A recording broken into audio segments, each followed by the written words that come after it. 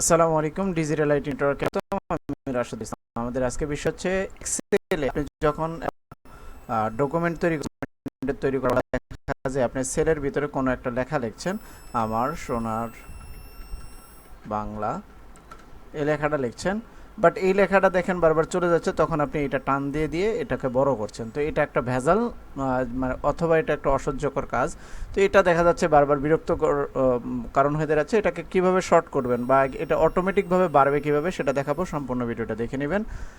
আপনি সর্বপ্রথমই যে এখানে যাবেন ডেভেলপার, অথবা আপনি যদি আপনি ওয়ার্ড এক্সেলের 2021 বা 2016 2019 এগুলো ইউজ করে থাকেন ভার্সন, তো এগুলো ইউজ করলে এগুলোতে আপনি রাইট ক্লিক করলে এখানে অপশন পাবেন ভিউ কোডে।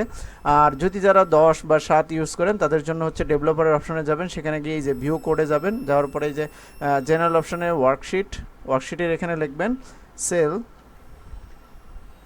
Sales dot enter column, enter column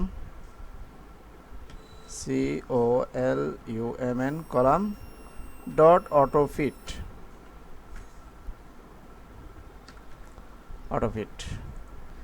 এখন হয়ে গেল। জাস্ট এটা কেটে দিবেন এবং এই ডেভেলপার কোডটাই কেটে দিবেন। কেটে দেওয়ার পরে এখন আপনি দেখেন কিছু যদি লেখেন কোনো একটা সেলের মধ্যে, আমার সোনার বাংলা,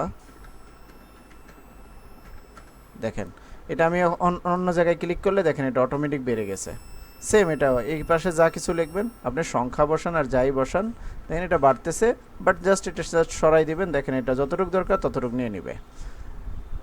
এটাকে আপনার বড় করতে হবে না, বারবার এরকম টানতে হবে না, এভাবে তো তৈরি করতে পারবেন। তো আশা করি এক্সেল এই কাজগুলো আপনার উপকার আসবে। ভালো থাকবেন, সুস্থ থাকবেন। আসসালামু আলাইকুম।